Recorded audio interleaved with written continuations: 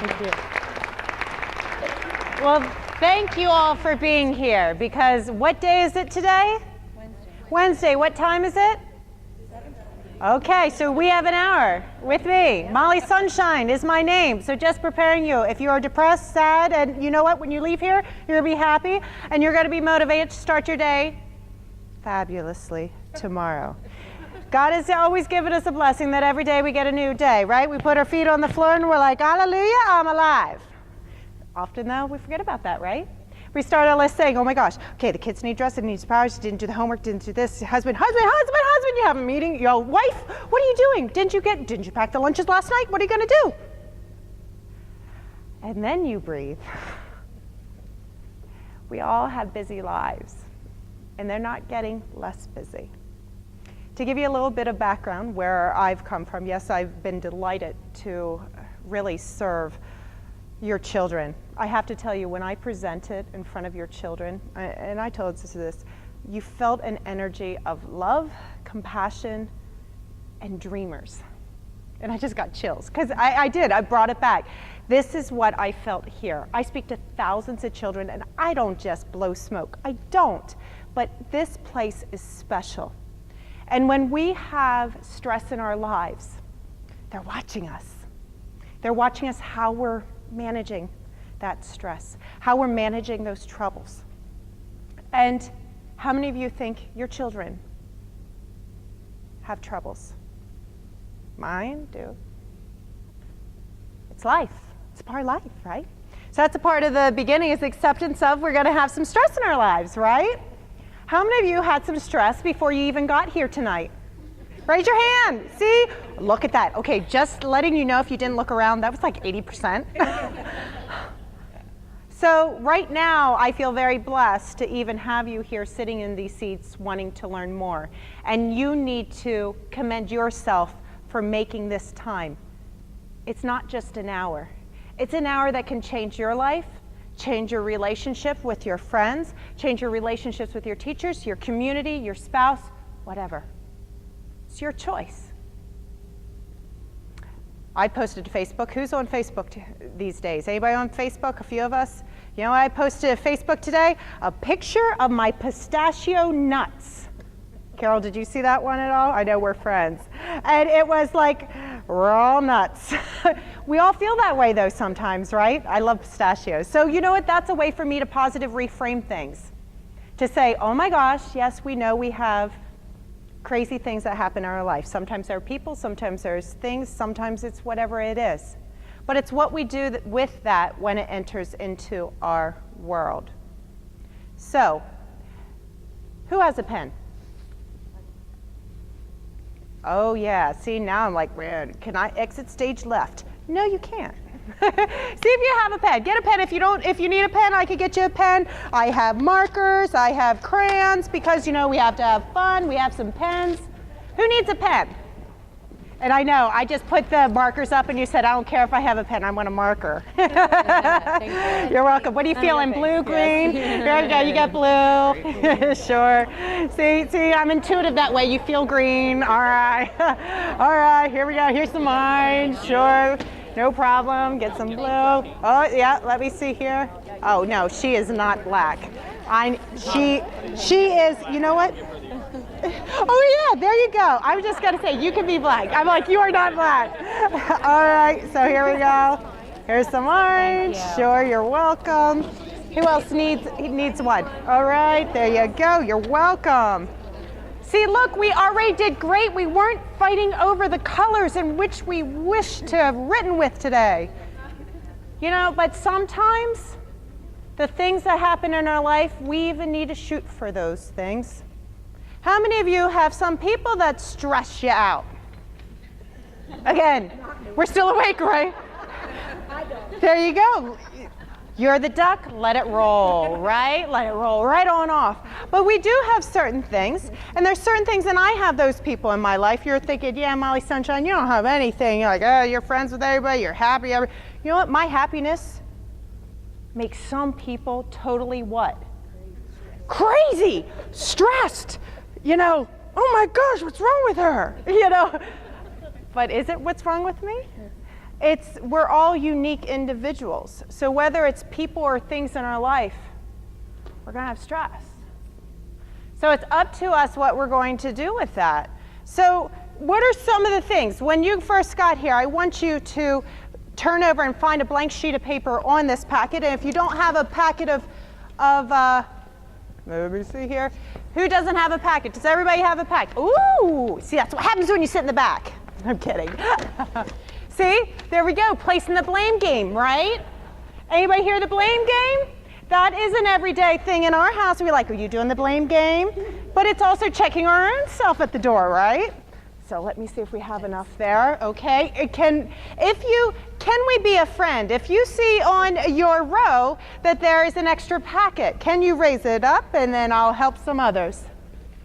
Oh, there you go, there's a helper, You have one, Kat? All right, here's an extra. You have an extra? Yeah. Teresa, okay, good. All right. That's all right. Oh, look, sharing is caring, right? So if you have paper, we'll give it to those that don't. You know, who would like the last copy? We have a copy here. Who would like it? Okay, I'm going to raffle it off. Do I hear $5, $5, $10, $10, 11? There we go. Yay, winner to the woman in the beautiful blue jacket. But you know, but that goes back to asking what you want. If I said that you could take that to, let's pick a restaurant, Doc McGrogan's, and they'd give you $10,000. How many of you would say, that was that? You know, everybody's like, yeah. But it's those kind of things. It's like when we're going through that stress, what is it that we want? So often we address what we don't want in life. You know, we don't really focus what is it that we do want. So now that everybody has a writing utensil and some pieces of paper, because you have some space on that paper, I want you to take the next 60 seconds to write everything down that's in your mind right now. Data dump. Just dump it down. 60 seconds. Those things that are on your mind right now. I know I'm only giving you 60 seconds. 60 seconds. What's on that mind? What's on that mind?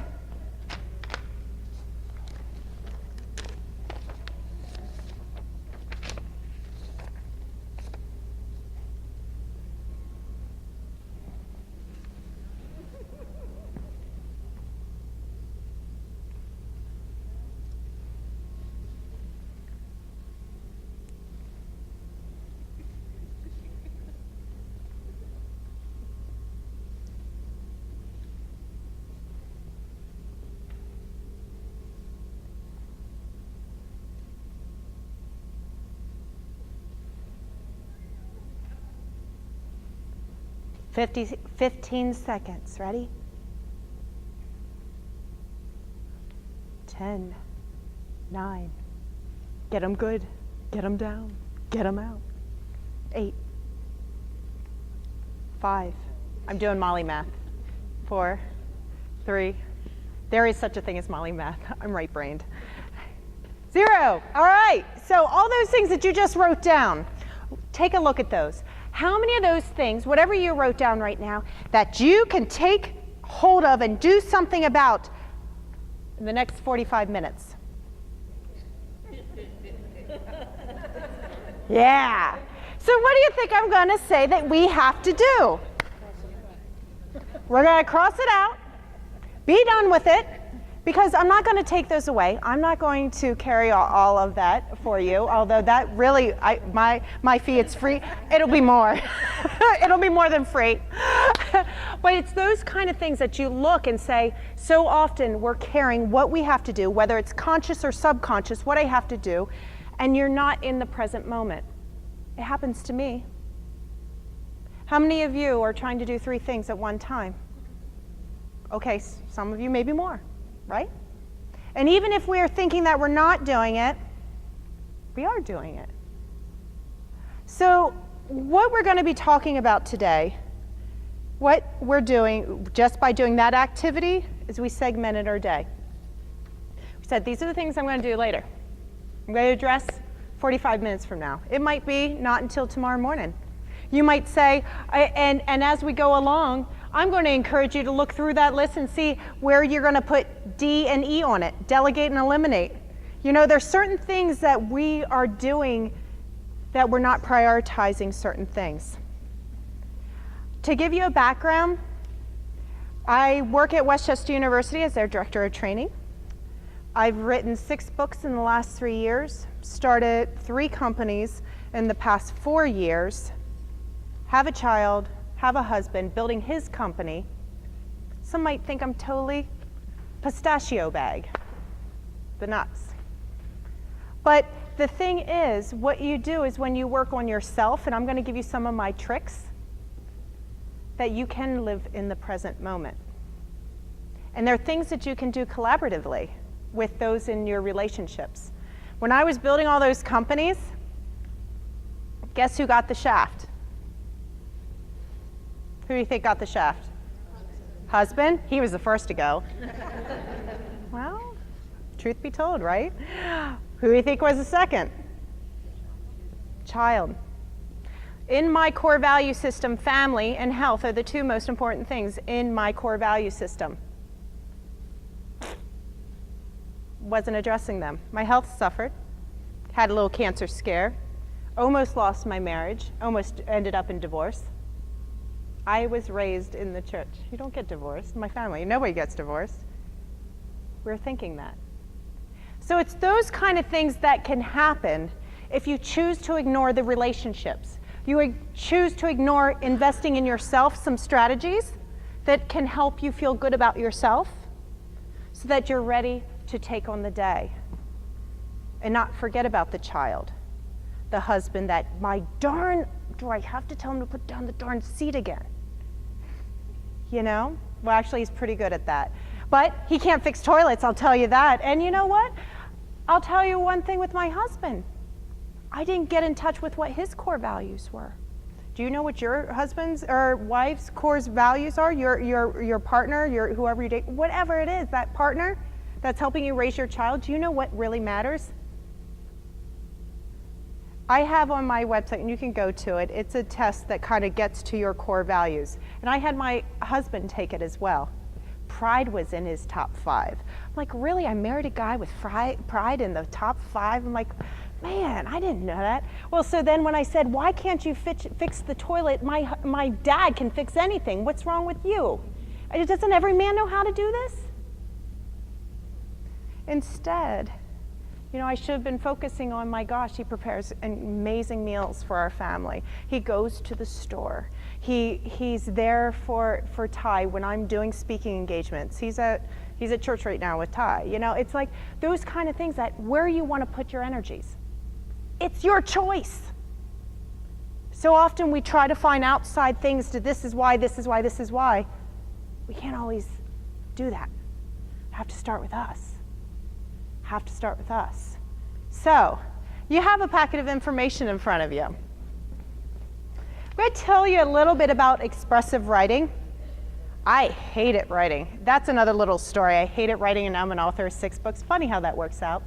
But you know, when I was in school, I was not a big fan of writing. How many of you would rather talk something out versus write something out? How many of you would rather journal than write something out? So we're probably at 40% writing it out. So whether you are auditory, talking it out, or you want to write it out, I want to recommend, here's a strategy that has worked for millions of people, just not me. It's called expressive writing. Dr. Panabaker, you'll see it's in here, Dr. Panabaker came up with expressive writing. But it's not just, oh, I don't like this because this is terrible, and this is what. It starts perhaps at that place, but you work through things. And you do not allow yourself to write more than 30 minutes. So you put, again, a time limit on that. When I was going through that tough time with my husband, believe me, I wasn't smelling like roses either.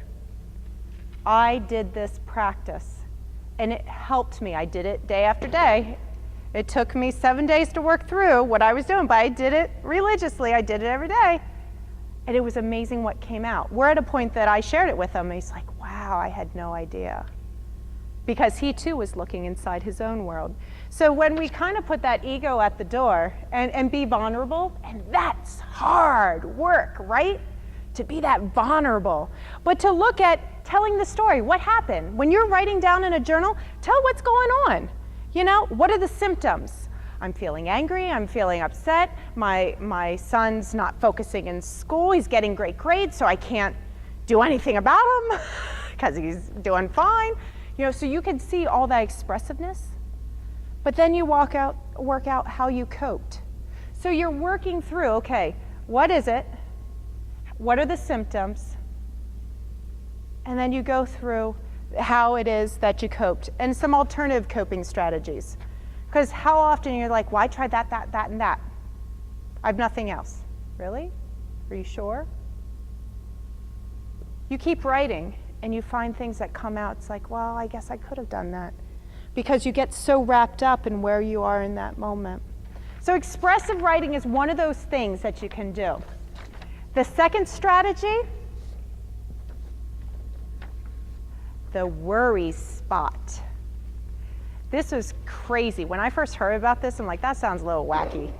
But the worry spot truly does work. That's where you only allow yourself to worry in that individual location. Because, and yeah, I know, it's hard work. This is, no one said you could just come here and listen, right? I'm putting you to work. But it's that one place. My one place, I'll be very transparent, it's my walk-in closet. I love my walk-in closet, you know?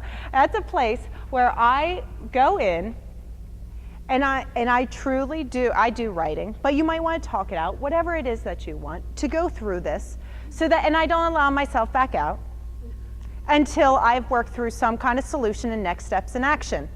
So again, I'm not, I did a children's sermon once about a backpack and all the rocks in it, and I fell over and all this other stuff, but that's really what you're doing. You're carrying a backpack of rocks.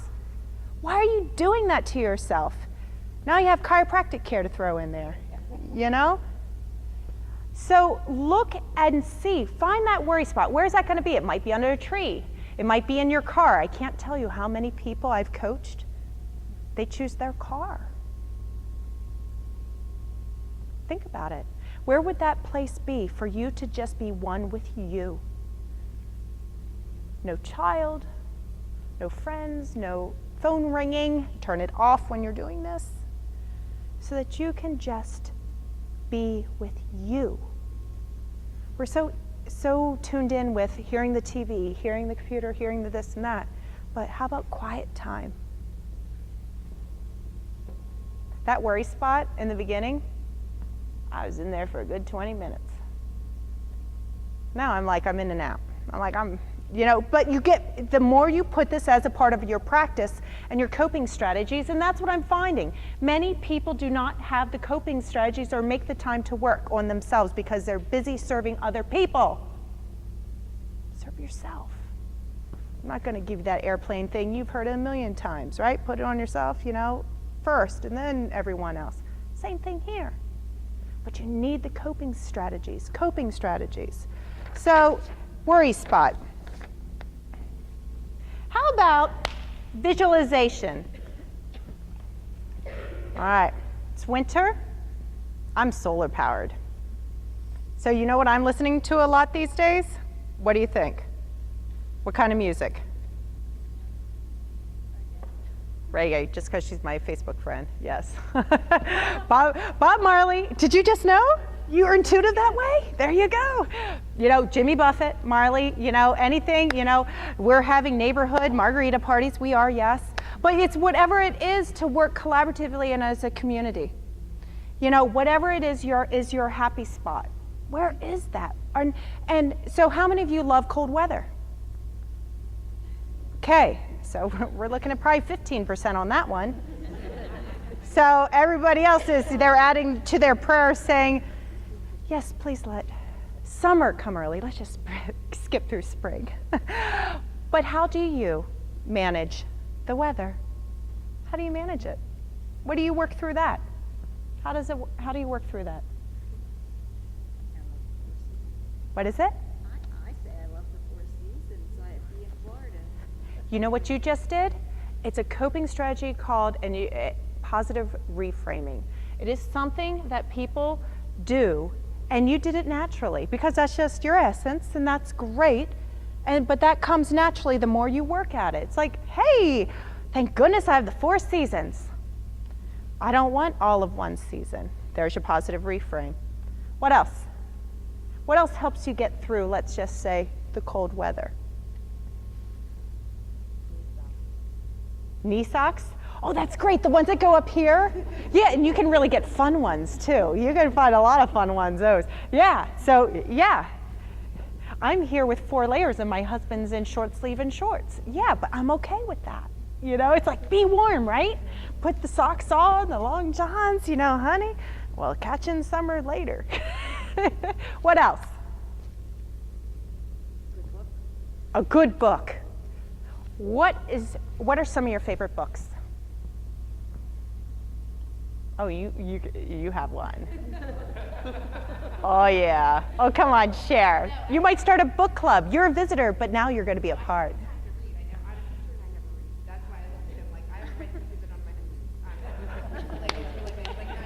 You know what? I read first grade books. That's You're going to go to the worry spot, and you're going to get yourself a good old book. So you might not be dealing with those that are stressed out, but that might be, you know what? Maybe I will just pick up a quick book. Maybe it'll just be reading one of Hemingway's short stories. But you got some. Yeah. What else? What are some other books? What are some other books that people? Unbroken. Do you like that too? Oh, did you see the joy that just came into their face? Everybody, try it out. You might like it. You know, there you go. It starts to lift. Because so often we're busy doing, we forget about being in that moment. I had to plan to be in the moment. How many of you feel like you need to plan to be in the moment? Well, that's not, I'm not going there. That's not what I meant. But, woo, let's back up there. Oh wow, that's the first time that happened, blush, blush. But to be in the present moment, you know, because we started the new year. We start the new year out. There's a gentleman, you may have heard of John Gordon. John Gordon, he does a lot of teams, corporate work, but also school work, and monthly emails that go out. They're inspirational. Well, I just happened to see that he released a new book called The One Word. And I saw the co-author, and we happened to connect, and he's an international bestseller, like, awesome guy. The concept is this. The start of the new year, we all picked one word that we're going to focus on. One word. Guess which one mine is? So here are the 3. So we have Jimmy Page and John Gordon inspired our family to do this. So you figured out I just have one child and a husband, and mine, what do you think mine is? Bingo. Yes, it's artsy fartsy, but no, it is mine because I need to breathe. That's one thing I need to do. Make time to breathe. How crazy is that, right? Which one do you think is my son's? How many of you have a son or a daughter who might have the same one as my son or daughter? Focus. And then my husband is purpose. You never know where you all are in your life, but if you're just living to just get by each day, to check off that list, versus why are you living and what legacy do you want to leave? So when you do even these kind of activities as a family, it might be a 30-minute activity, but I'll tell you, we did this in January. This morning, I swear God gives me things to teach. You know, this morning, we did a mind map. Ever hear of mind maps before? So my son's struggle is focusing. What does it say in the middle? I enjoy being focused. I enjoy being focused. When he said that to himself, he took the biggest breath. It's because he knows that he's working on that, and it's painful for him. So it's, as a parent, it's not focus, focus, focus, because believe me, I used to do that. How many of you say, be quiet, you know, it's like whatever it is. You all have whatever it is that you do. You probably are running through it right now. Mine was, focus, why can't you do this right now? It's like, you know, but then I thought, what language am I saying? Ugh. So I asked him questions, and I said, why do you think you should focus? You know, and you have varied ages, I'm sure. You know, you can't do this with kindergarten and younger, but you know, who do I need to be more focused with? So you're getting more, you're asking the questions, you're not telling. You know, you say, what does success look like? I'll be more smart. The teacher, and I thought he said the teacher will be nicer. He's like, no, my teacher's really nice. He's like, she'll be happier. You know, so our children are very bright. We need to remember that. And those who are teachers here, God bless you. You don't have my son. No, I'm kidding. He's a very entrepreneuristic, hands-on kid. That's just the way he is. But, you know, it makes it tough when you have 22 or however many you have. So how will I get there? What does failure look like? What does success look like?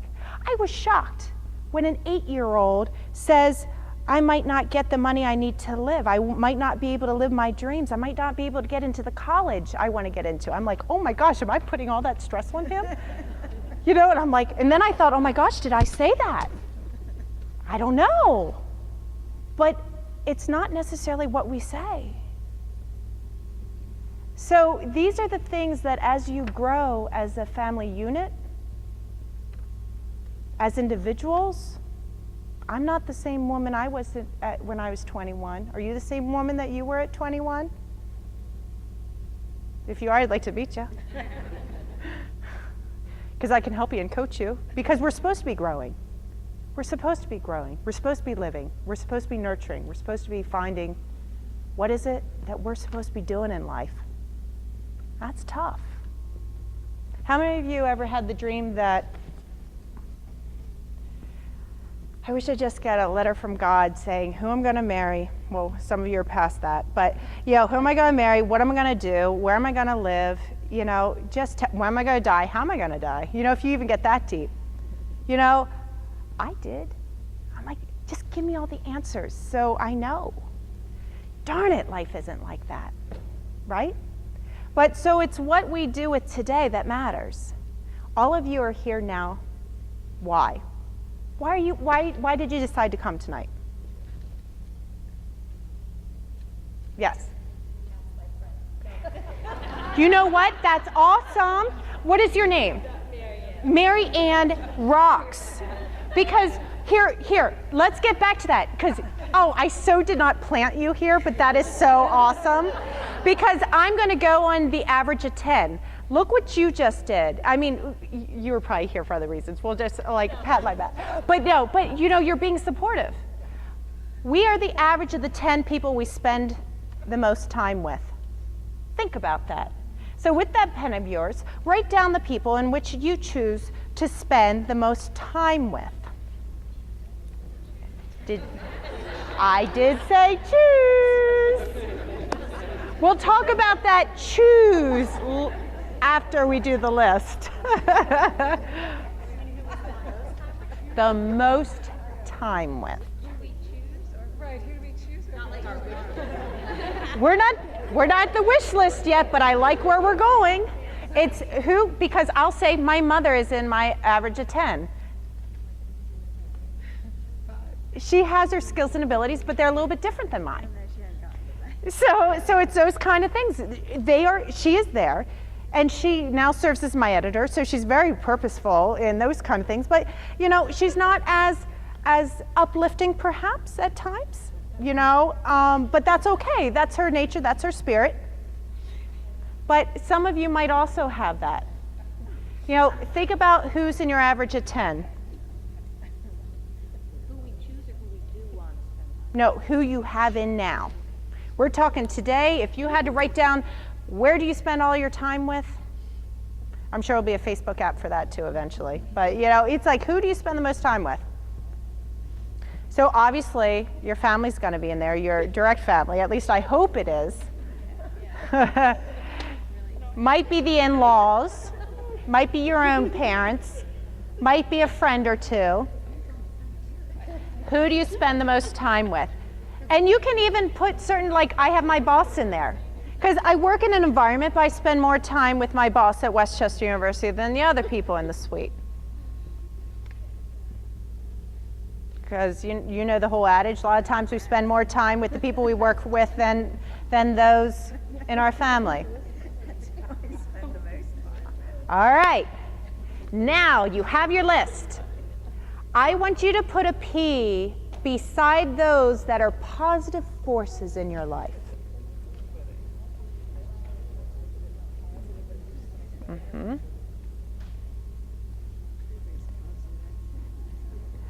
Because my father is positive, but he also is very much a realist, but I still keep him positive. You know, I'm talking, oh my gosh, it's like the ones that have the head nods and, oh my gosh, did you see what she was wearing? Like, that is not a positive force in your life. At least, typically, one might not say that. All right, so now that you have your positives, those that are not the positives, who can cross them out if you can kick them off your bus? We're on the bus. We're deciding who's staying, who's getting dropped off. I didn't choose anyone negative, so why would I choose them if there was a negative? So that means you spend all the positive time with positive people. Well, it's perfect, because I have 9 out of 10. But if he's still a positive entity, yeah. Well, that's it. Shove him in. Okay. So there you go. That's an opportunity for discussion. So that's saying, hey, where do I fall on your list, honey? You know, it's those kind of things, so you can compare and contrast. Like my husband is Dan the safety man. That's what we call him. You know, and I'm like, ooh, let's go skydiving. You know, so we're two total polar opposites, but he's still a positive force in my life. You know, so what I challenge you to do is if you could cross any of those negatives off to kick them off your bus, some might be hard to do. Some might be because it's a friend of a friend. You know what? Maybe they're not the first one you kick off. One at a time. Because what happens is when you take one person off, you look to see who you want to put on.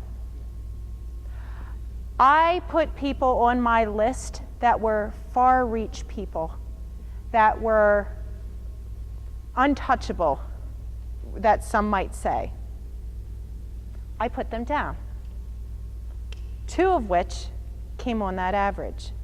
What happens is when you have the average of 10, you automatically increase your average. Does that mean that you just don't pay attention to those who need help? Absolutely not.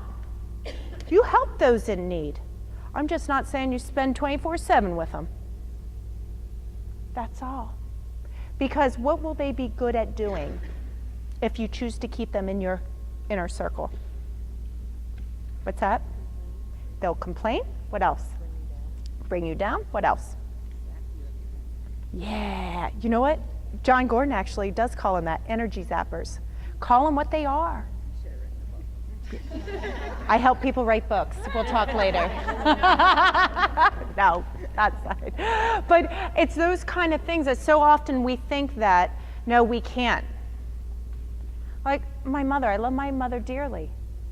We put barriers into how we are going to communicate. We put expectations in there. She knows when she's pushed enough. It was hard conversations, but it's having the conversation. And being consistent in what you say you wish you want. So often we switch up and they get confused. They're like, oh, wait, that is okay. Oh yeah, I got it right. No, be consistent. It's human behavior. It's human behavior. Average of 10, folks. Who do you want to be in that average of 10? All right, so those are the people. So looking at some of the other things you have on that list. is irrational beliefs. What on earth do I mean by that? What are some of those irrational beliefs?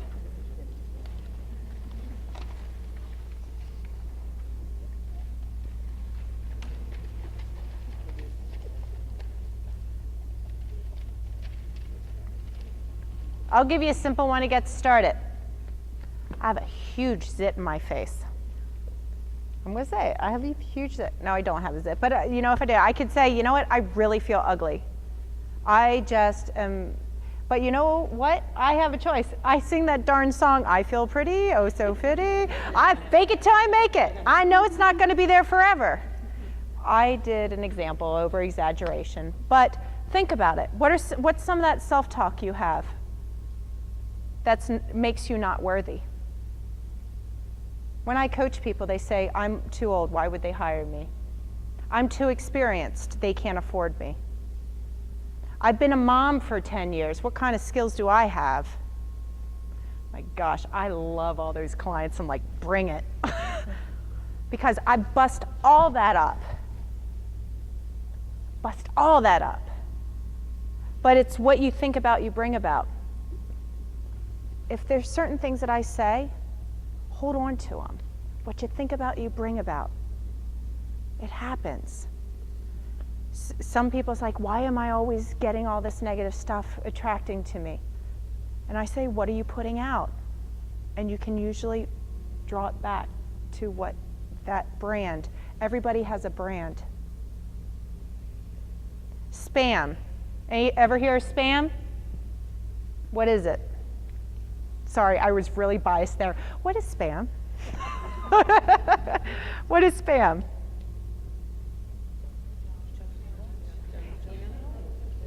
Okay, so we have junk email. What else could spam be? Canned spam, right? So either one, yay, right? We get excited about it. Either way, right?